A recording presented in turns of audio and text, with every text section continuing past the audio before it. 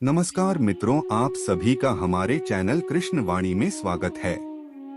आज हम श्रीमद् भगवत गीता अध्याय 2 श्लोक 16 से लेकर 18 श्लोक तक गीता का सार का अर्थ, अनुवाद और व्याख्या विस्तार से जानेंगे।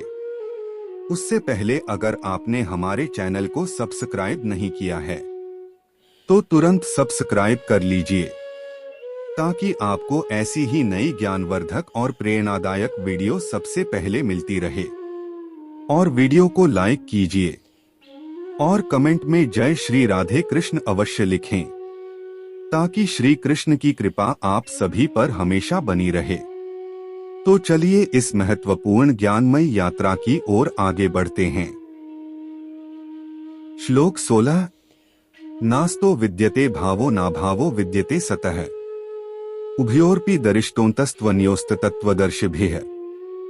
न का अर्थ है नहीं, असतः का अर्थ है असत का, विद्यते का अर्थ है, भाव का अर्थ है चिरस्थायित्व, न का अर्थ है कभी नहीं, अभाव का अर्थ है परिवर्तनशील गुण, विद्यते का अर्थ है, सतः शाश्वत का, उभयोः का अर्थ है दोनों का, अपि का अर्थ है ही, दृष्टा का अर्थ है देखा गया, अंतः का अर्थ है निष्कर्ष, तु का अर्थ है निस्संदेह, अन्योः का अर्थ है इनक, तत्व का अर्थ है सत्य के, दर्शिभ्यः का अर्थ है भविष्य दृष्टा द्वारा। भावार्थ, तत्वदर्शियों ने यह निष्कर्ष निकाला है कि असत भौतिक शरीर का तो कोई चिरस्थायित्व नहीं है, किंतु सत आत्मा अपरिवर्तित रहता है। उन्होंने इन दोनों की प्रकृति के अध्ययन द्वारा यह निष्कर्ष निकाला है। तात्पर्य, परिवर्तनशील शरीर का कोई स्थायित्व नहीं है। आधुनिक चिकित्सा विज्ञान की ने भी यह स्वीकार किया है कि विभिन्न कोशिकाओं की क्रिया प्रतिक्रिया द्वारा शरीर प्रतिक्षण बदलता रहता है। इस तरह शरीर में वृद्धि तथा वृद्धावस्था आती रहती है, किंतु शरीर तथा मन में निरंतर परिवर्तन होने पर भी आत्मा स्थायी रहता है। यही पदार्थ तथा आत्मा का अंतर है। स्वभावतः शरीर नित्य परिवर्तनशील है और आत्मा शाश्वत है। तत्वदर्शियों ने चाहे निर्विशेषवादी हो या सगुणवादी इस निष्कर्ष की स्थापना की है। विष्णु पुराण में कहा गया है कि विष्णु तथा उनके धाम स्वयं प्रकाश से प्रकाशित हैं। सत तथा असत शब्द आत्मा तथा भौतिक पदार्थ के ही द्योतक हैं। सभी तत्वदर्शियों की यह स्थापना है। यहीं से भगवान द्वारा अज्ञान से मोहग्रस्त जीवों को उपदेश देने का शुभारंभ होती है। अज्ञान को हटाने के लिए आराधक और आराध्य के बीच पुनः शाश्वत संबंध स्थापित करना होता है और फिर अंशरूप जीवों तथा श्री भगवान के अंतर को समझना होता है। कोई भी व्यक्ति आत्मा के अध्ययन द्वारा परमेश्वर के स्वभाव को समझ सकता है। आत्मा तथा परमात्मा का अंतर अंश तथा पूर्ण के अंतर के रूप में है। वेदांत सूत्र तथा श्रीमद् भागवत में परमेश्वर को समस्त उद्भवों प्रकाश का मूल माना गया है। ऐसे अद्भव का अनुभव परा तथा अपरा प्राकृतिक क्रमों द्वारा किया जाता है। जीव का संबंध परा प्रकृति से है, जैसा कि 7वें अध्याय से स्पष्ट होगा। यद्यपि शक्ति तथा शक्तिमान में कोई अंतर नहीं है, किंतु शक्तिमान को परम माना जाता है और शक्ति या प्रकृति को गौण। इसलिए सारे जीव उसी तरह परमेश्वर के सदैव अधीन रहते हैं, जिस तरह सेवक स्वामी के या शिष्य गुरु के अधीन रहता है। अज्ञानावस्था में ऐसे स्पष्ट ज्ञान को समझ पाना असंभव है। इसलिए ऐसे अज्ञान को दूर करने के लिए सदा सर्वदा के लिए जीवों को प्रवृत्त करने हेतु भगवान भगवद गीता का उपदेश देते हैं। श्लोक 17। अविनाशी तु तद्विद्धि येन सर्वमिदं ततम् विनाशं व्ययस्यास्य न कश्चित् कर्तुमर्हति। अविनाशी का अर्थ है नाशरहित, तु का अर्थ है लेकिन, तत् का अर्थ है उसे, विद्धि का अर्थ है जानो, येन का अर्थ है जिससे, सर्वम का अर्थ है संपूर्ण शरीर, इदम का अर्थ है यह, ततम का अर्थ है परिव्याप्त, विनाशम का अर्थ है नाश, अव्ययस्य का अर्थ है अविनाशी का, अस्य का अर्थ है इस, न कश्चित का अर्थ है कोई भी नहीं, कर्तुम का अर्थ है करने के लिए, अर्हति का अर्थ समर्थ है। भावार्थ, जो सारे शरीर में व्याप्त है उसे ही अविनाशी समझो। उस अव्यय आत्मा को नष्ट करने में कोई भी समर्थ नहीं है। तात्पर्य, इस श्लोक में संपूर्ण शरीर में व्याप्त आत्मा की प्रकृति का अधिक स्पष्ट वर्णन हुआ है। सभी लोग समझते हैं कि जो सारे शरीर में व्याप्त है वह चेतना है। प्रत्येक व्यक्ति को शरीर में किसी अंश या पूरे भाग में सुख दुख का अनुभव होता है, किंतु चेतना की यह व्याप्ति किसी के शरीर तक ही सीमित रहती है। एक शरीर के सुख तथा दुख का बोध दूसरे शरीर को नहीं हो पाता।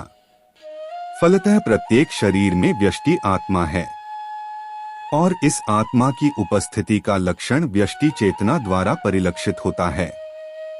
इस आत्मा को बाल के अग्रभाग के 10,000वें भाग के तुल्य बताया जाता है। श्वेता श्रवतर उपनिषद में इसकी पुष्टि हुई है। बालाग्र शत भागस्य श्रद्धा कल्पितस्य च भागो जीवः स विज्ञेयः स चानन्त्याय कल्पते। यदि बाल के अग्रभाग को 100 भागों में विभाजित किया जाए और फिर इनमें से प्रत्येक भाग को 100 भागों में विभाजित किया जाए, तो इस तरह के प्रत्येक भाग की माप आत्मा का परिमाप है। इसी प्रकार यही कथन निम्नलिखित श्लोक में मिलता है। केशाग्र शत भागस्य शतांशः सादृशात्मकः जीवः सूक्ष्म स्वरूपोयन संख्यातीतो ही चित्कणः। आत्मा के परमाणुओं के अनंत कण हैं, जो माप में बाल के अगले भाग नोक के 10,000वें भाग के बराबर हैं। इस प्रकार आत्मा का प्रत्येक कण भौतिक परमाणुओं से भी छोटा है और ऐसे असंख्य कण हैं। यह अत्यंत लघु आत्मसंफुलिन भौतिक शरीर का मूल आधार है और इस आत्मसंफुलिन का प्रभाव सारे शरीर में उसी तरह व्याप्त है जिस प्रकार किसी औषधि का प्रभाव व्याप्त रहता है। आत्मा की यह धरा विद्युत धारा सारे शरीर में चेतना के रूप में अनुभव की जाती है और यही आत्मा के अस्तित्व का प्रमाण है। सामान्य से सामान्य व्यक्ति भी समझ सकता है कि यह भौतिक संयोग के फलस्वरूप नहीं है, अपितु आत्मा के कारण है। मुंडक उपनिषद में सूक्ष्म परमाण्विक आत्मा की और अधिक विवेचना हुई है। एषोनुरात्मा चेतसा वेदितव्यो यस्मिन् प्राणः पंचधा संविवेश प्राणश्चितं सर्वमोतं प्रजाना यस्मिन् विशुद्धे विभवत्येष आत्मा। आत्मा आकार में अनुतुल्य है जिसे पूर्ण बुद्धि के द्वारा जाना जा सकता है। यह अणुआत्मा 5 प्रकार के प्राणों में तैर रहा है। प्राण अपान, व्यान, समान और उड़ान। यह हृदय के भीतर स्थित है और देहधारी जीव के पूरे शरीर में अपने प्रभाव का विस्तार करता है। जब आत्मा को 5 वायुओं के कल्मश से शुद्ध कर लिया जाता है तो इसका आध्यात्मिक प्रभाव प्रकट होता है। हठ योग का प्रयोजन विविध आसनों द्वारा उन 5 प्रकार के प्राणों को नियंत्रित करना है जो आत्मा की घेरे हुए हैं। यह योग किसी भौतिक लाभ के लिए नहीं अपितु भौतिक आकाश के बंधन से अणुआत्मा की मुक्ति के लिए किया जाता है। इस प्रकार अणुआत्मा को सारे वैदिक साहित्य ने स्वीकारा है और प्रत्येक बुद्धिमान व्यक्ति अपने व्यावहारिक अनुभव से इसका प्रत्यक्ष अनुभव करता है। केवल मूर्ख व्यक्ति ही इस अणुआत्मा को सर्वव्यापी विष्णु तत्व के रूप में सोच सकता है। अणुआत्मा का प्रभाव पूरे शरीर में व्याप्त हो सकता है। मुंडक उपनिषद के अनुसार यह अणुआत्मा प्रत्येक जीव के हृदय में स्थित है और चूंकि भौतिक विज्ञानी इस अणुआत्मा को माप सकने में असमर्थ हैं, उसे उनमें से कुछ यह अनुभव करते हैं कि आत्मा है ही नहीं। व्यष्टि आत्मा तो निस्संदेह परमात्मा के साथ साथ हृदय में है।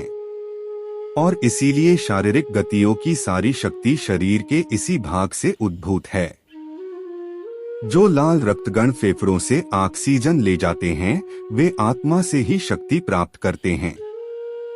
इसलिए जब आत्मा इस स्थान से निकल जाता है तो रक्तोत्पादक संलयन फ्यूजन बंद हो जाता है। औषधि विज्ञान लाल रक्तकणों की महत्ता को स्वीकार करता है, किंतु वह यह निश्चित नहीं कर पाता कि शक्ति का स्रोत आत्मा है। जो भी हो, औषधि विज्ञान यह स्वीकार करता है कि शरीर की सारी शक्ति का उद्गम स्थल हृदय है। पूर्ण आत्मा के ऐसे अणुकणों की तुलना सूर्य प्रकाश के कणों से की जाती है। इस सूर्य प्रकाश में असंख्य तेजोमय अणु होते हैं। इसी प्रकार परमेश्वर के अंश उनकी किरणों के परमाणु स्फुलिंग है और प्रभा या पराशक्ति कहलाते हैं। इसलिए चाहे कोई वैदिक ज्ञान का अनुगामी हो या आधुनिक विज्ञान का, वह शरीर में आत्मा के अस्तित्व को नकार नहीं सकता। भगवान ने स्वयं भगवद गीता में आत्मा के इस विज्ञान का विशद वर्णन किया है। श्लोक 18 अंतवंत इमे देहा नित्यस्योक्ता है शरीरिणः अनाशिनो प्रमेयस्य तस्माद्युध्यस्व भारत। अंतवंत का अर्थ है नाशवान, इमे का अर्थ है ये सब, देहा का अर्थ है भौतिक शरीर, नित्यस्य का अर्थ है नित्य स्वरूप, उक्ताः का अर्थ है कहे जाते हैं, शरीरिणः का अर्थ है देहधारी जीव का, अनाशिनः का अर्थ है कभी नाश न होने वाला, अप्रमेयस्य का अर्थ है न मापा जा सकने योग्य, तस्मात् का अर्थ है आथ, युध्यस्व का अर्थ है युद्ध करो, भारत का अर्थ है हे भरतवंशी। भावार्थ अविनाशी, अप्रमेय तथा शाश्वत जीव के भौतिक शरीर का अंत अवश्यंभावी है। इसलिए हे भारतवंशी, युद्ध करो। तात्पर्य भौतिक शरीर स्वभाव से नाशवान है। यह तत्क्षण नष्ट हो जाता है और 100 वर्ष बाद भी। यह केवल समय की बात है। इसे अनंत काल तक बनाए रखने की कोई संभावना नहीं है। किंतु आत्मा इतना सूक्ष्म है कि इसे शत्रु देख भी नहीं सकता, मारना तो दूर रहा। जैसा कि पिछले श्लोक में कहा गया है, यह इतना सूक्ष्म है कि कोई इसके मापने की बात सोच भी नहीं सकता। इसलिए दोनों ही दृष्टि से शोक का कोई कारण नहीं है, क्योंकि जीव जिस रूप में है, न तो उसे मारा जा सकता है, न ही शरीर को कुछ समय तक या स्थायी रूप से बचाया जा सकता है। पूर्ण आत्मा के सूक्ष्म कण अपने कर्म के अनुसार ही यह शरीर धारण करते हैं। इसलिए धार्मिक नियमों का पालन करना चाहिए। वेदांत सूत्र में जीव को प्रकाश बताया गया है, क्योंकि वह परम प्रकाश का अंश है। जिस प्रकार सूर्य का प्रकाश सारे ब्रह्मांड का पोषण करता है, उसी प्रकार आत्मा के प्रकाश से इस भौतिक देह का पोषण होता है। जैसे ही आत्मा इस भौतिक शरीर से बाहर निकल जाता है, शरीर सड़ने लगता है। इसलिए आत्मा ही शरीर का पोषक है। शरीर अपने आप में महत्वहीन है। इसीलिए अर्जुन को उपदेश दिया गया कि वह युद्ध करे और भौतिक शारीरिक कारणों से धर्म की बलि न होने दे।